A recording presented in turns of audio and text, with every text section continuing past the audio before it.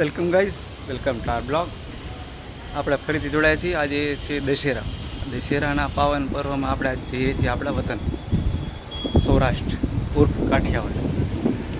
તો જેવું કે બધાને ખ્યાલ છે, સમાચારમાં બે આગાહી હતી અને આપણે અંબાલાલ કાકા બી કહેતા હતા કે નોરતા પહેલાં અને નોરતા પછી ચોમાસું ધીમે ધીમે વિદાય લેશે. તો તમે અમારી પાછળ જોઈ શકો છો, થોડું ઘણું ક્લાઉડી વાતાવરણ છે. ક્લાઉડી એટલે આપણી દેશી ભાષામાં વાદળછાયું વાતાવરણ છે. તો વરસાદ ઓલમોસ્ટ વિદાય લઈ લીધી છે અને વાતાવરણ થોડું ખુશનુમા દેખાઈ રહ્યું છે. તમે જો પાછળ થોડું ક્લાઉડી છે, બ્લુ સ્કાય દેખાય છે અને થોડો ઘણો તડકો બી છે. તમે જોઈ શકો છો, દેખાય છે.